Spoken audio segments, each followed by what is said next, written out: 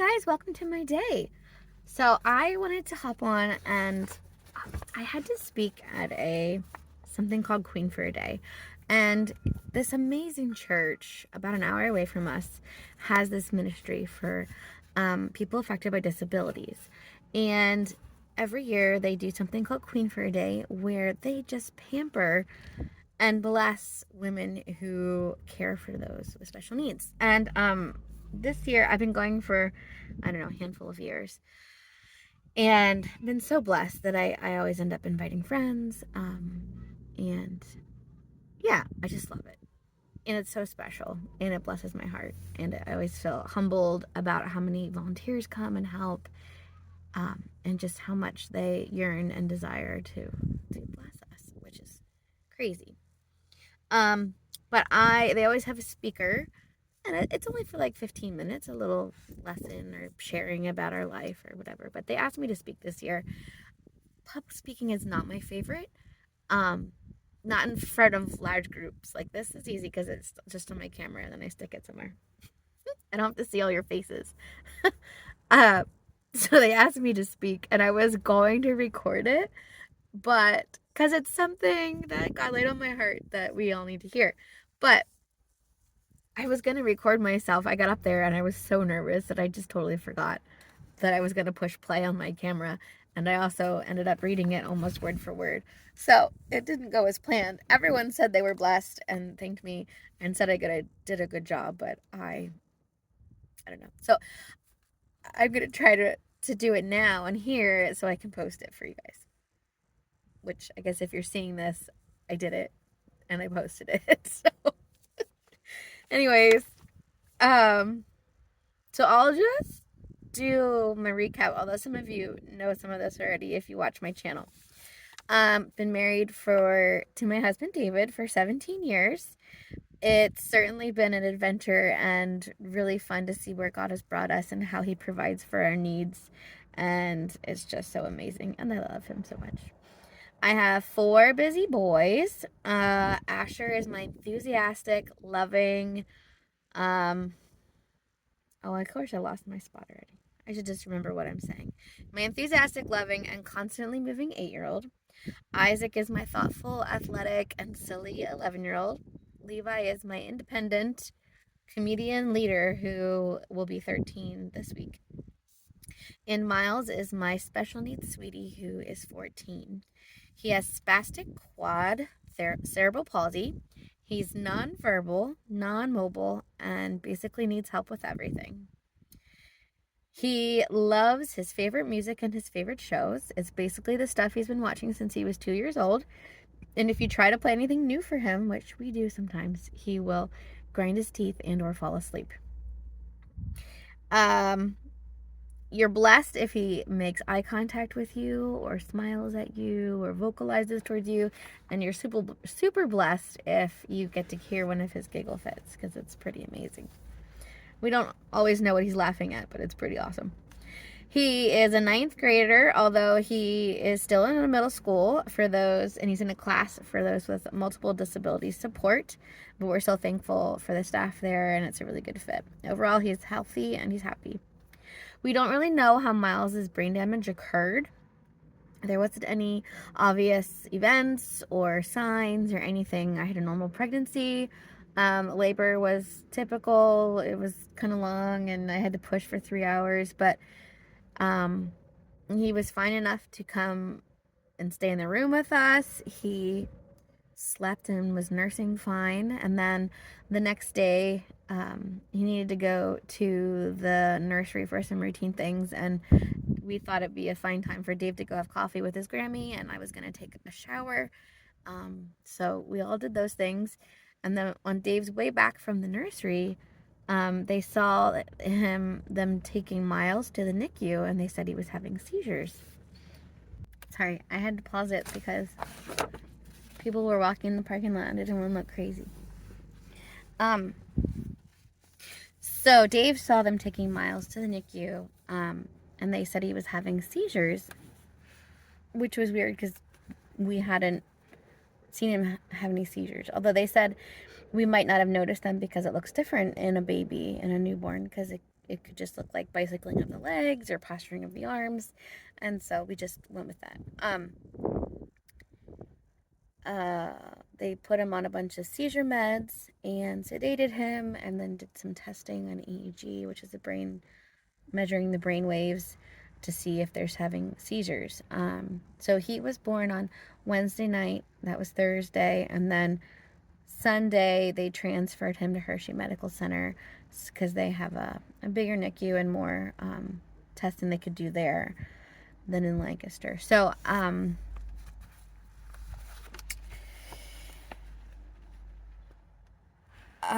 the MRI then showed that Miles had a stroke. The dog's here with me. Miles had a stroke. They didn't know why, though. So their best guess was that before he was born at some point. He didn't have any oxygen deprivation. There was no blood clots, nothing that showed any normal stroke reasons. So their best guess, they told us, was that before he was born, part of a placenta went through the umbilical cord up through his brain and caused brain damage, which then the seizures come from parts of the brain firing and nothing is receiving them. So he had a lot of brain damage. We took him home after 2 weeks. After he was able to swallow, he came home on seizure meds. We didn't really think much, it didn't really affect us too much in the beginning because babies don't do much. So you don't really see developmental delays and things too close in the beginning. We didn't really even have a grasp on how it was going to affect our lives. And then it wasn't until we had an occupational therapist through earlier intervention who told us, she was a very honest and blunt OT, and she told us that he had cerebral palsy and that he would probably never walk. And so we were shocked and thankful for her honesty.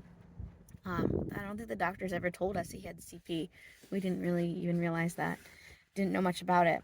They don't give you a manual on babies, and they don't give a manual on disabilities. You really have to just figure it out as you go along. And as caregivers, that's hard because we like to have it all together.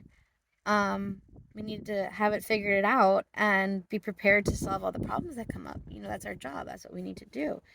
I love chatting and talking with different people and hearing their stories and their experiences. And I've learned so much from people.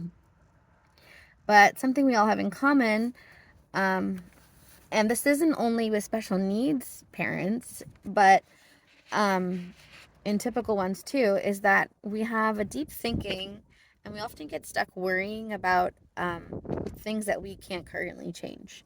You're mulling over it, you're thinking about it, you're worrying about it, trying to solve it, but in the moment we don't have enough information, we don't have all the things we need to solve those problems, or it's in the future or it's in the past, and just doing that is really a struggle. The more I thought about talking about this, the more I struggled with it. And I had to practice the things I'm going to say. When we get caught up in thinking about things in the past or the future, or get stuck grieving and feeling how our life can be hard, it's easy to get stuck there. This can cause our hearts to grow hard and really hinder our relationship with the Lord, and it just gets yucky. So instead of being stuck there, we really need to let God help us hold the things that we cannot fix in the moment. We just need to put a pin in it, or stick it on the shelf, put it on the back burner. Any visual you want to use or saying you want to use, you can pick the one that works best for you. But the things in the past, the things that we can't change, like the what ifs. What if I had done this differently? Or what if I hadn't done that? What if, all the what ifs. For instance, the more I wrote our story for this, the more I was thinking about Miles's first days. Everyone I tell about how Miles had a stroke, the placenta going through the brain, everyone I've told that to has never heard of it before. Is it even possible for the placenta to go through the umbilical cord? Isn't the umbilical cord attached? Like, I don't know, like if that's even physically possible. If you know, please tell me. And if it had happened, like they said, before he was born, and he was having seizures that we wouldn't have noticed, would he have been sleeping and eating fine before, when he was with us? Or did he just start having seizures in the nursery when he had his immunization? I don't know. I don't know.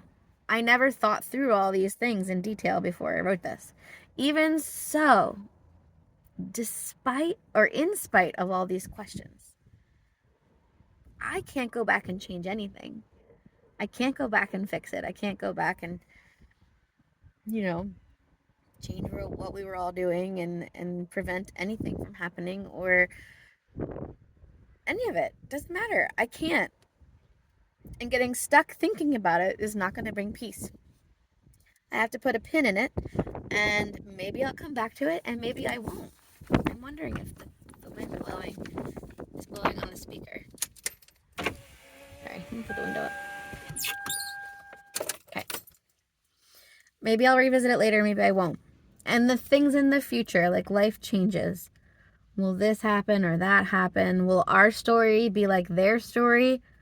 I don't even, like what procedures is he going to need done in the future? What surgeries? What things? What will he do after he ages out of school?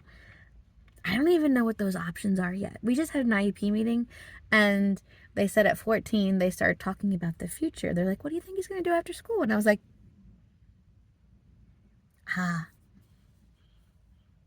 like the only thing I can think of him doing is watching TV, which is an awful, awful existence, just to sit around and watch TV all day. So I said, I don't know what the options are for him. He can't hold anything, and he can't communicate well. Like, I don't know. You tell me. What's he gonna do? So anyways, I'm gonna start researching that, I guess. They said they're gonna each year give me more information for that time. But, other things in the future, like, will I live longer than him? That would be sad, to live longer than your child. Will he live longer than me? And then in that case, I have to think about, well, what do I need to do to prepare for that? I don't, that makes me nervous. Now don't get me wrong. There's a place for planning for the future. Definitely. We have to plan for the future, but getting stuck, dwelling on the things we can't deal with now will only cause emotional turmoil. Thinking about preparing for the future while I'm laying in bed, trying to go to sleep, not gonna be of benefit, really. So we have to put a pin in it when we can't tackle it in the moment. When we were at this teaching a couple years ago, someone had taught on a place of healthy grieving. And it's good. You have to grieve things. And it's okay to grieve unmet expectations. Like, I always dreamt of taking all of my kids bike riding and hiking and climbing trees. And I dreamed of that. And I can't do that with all my kids. And I just can't get stuck and swept up and just mulling over that and being sad. It's okay to grieve it and to be sad and be like, hey, Lord, I have these unmet expectations and I'm sad about that. It's okay. His grace is sufficient for where we lack. God's grace is sufficient for where we lack. We try so hard to have it all together, and we must for our family, but where we lack, God is there to hold us and our lack. He is there and he hears us. So my husband David, I'm going to do this in segments, I think. So my husband David loves to read the Bible and then do a deep dive into the history and the culture and the translations and the customs of the time. He's really good at that. He's just hungry for all that knowledge. As I shared with him what I was going to talk about, he said it reminded him of Jesus' mother Mary. In Luke 2:19, it says, Mary kept all these things and pondered them in her heart. So Mary and Joseph went to Bethlehem for the census when Mary's about to give birth, right? And the town where they were staying was a land set apart by King David, their ancestor land called Migdal Edar. Edar. E-D-E-R. And it was the pastures where the temple sacrificial lambs were raised and kept. The shepherds were the Levite shepherds that were like priests. And it was their job to inspect the lambs for sacrifice. And they would swaddle the lamb in cloth and lay it in a manger to inspect it. Mary knew where they were. She knew that this is what they did, and this is the pastures that they were at and in the town they were in. She knew that these shepherds did this. She knew how it all worked. And so then she has Jesus in a not ideal situation that was out of her control. And then God tells these shepherds, the ones who inspect the sacrificial lambs, he tells them through a host of angels to go see Jesus in a manger wrapped in cloth. He says in Luke 2:12, "And this will be a sign to you. You will find a babe wrapped in swaddling cloths, lying in a manger." They all knew how that looked. Then later, when the wise men came, the kings came, they brought gifts. They had the gold, but then they had myrrh, which is a spice used to anoint and prepare bodies for burial and embalming. And they brought frankincense, which was offered with offerings in the temple and was used to honor deities. I don't really think these were typical baby gifts. Mary hid these things in her heart. I can imagine those thoughts swirling around in your mind and your heart for 30 plus years.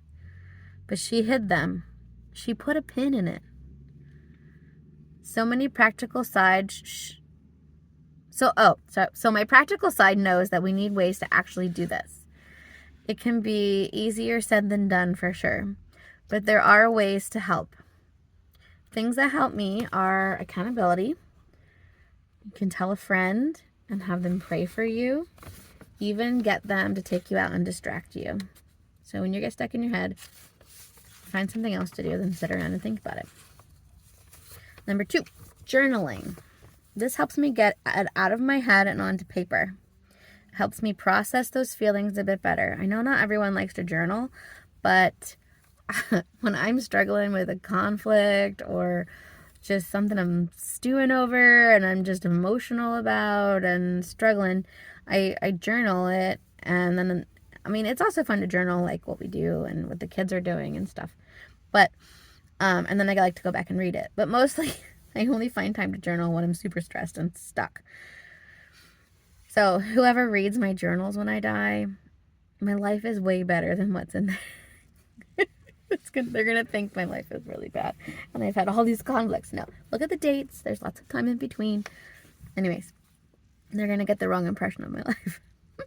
Okay, so number 3, visual reminders. Write down Bible verses and encouraging quotes, and then the ones that encourage you and help you where you're at, and then stick them in your way where you're going to see them.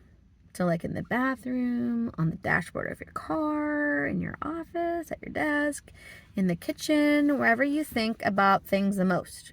And then when you've worked through things or when you don't see it anymore and it becomes like wallpaper, do a new one somewhere else. Excuse me. And then practice and pray. Our God loves us and knows what we're going through. And I realize we need to honor him and respect him as a king, but he's also tough.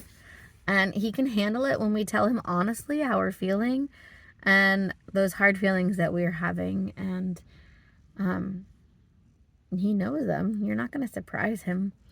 I also find when we begin to pray for others, it takes our mind off our own problems. Start praying for others, which I'm sure you do. Pray for others. So God is so good. And he loves us so much. and He wants to be involved in all of your things. He wants to help carry us, guide us, provide for us, rejoice with us, cry with us, and fill us with joy and peace. So I pray that as you get stuck thinking about things you can't take care of, that are out of your hands, that you would put a pin in it and focus on all the good things that God has put in your life. Thank you so much for letting me share. Thanks for listening. Thanks for being part of my day. And I pray that you can try to put a pin in it when you get stuck. You were made on purpose, and God loves you. And I hope you share your smile with others.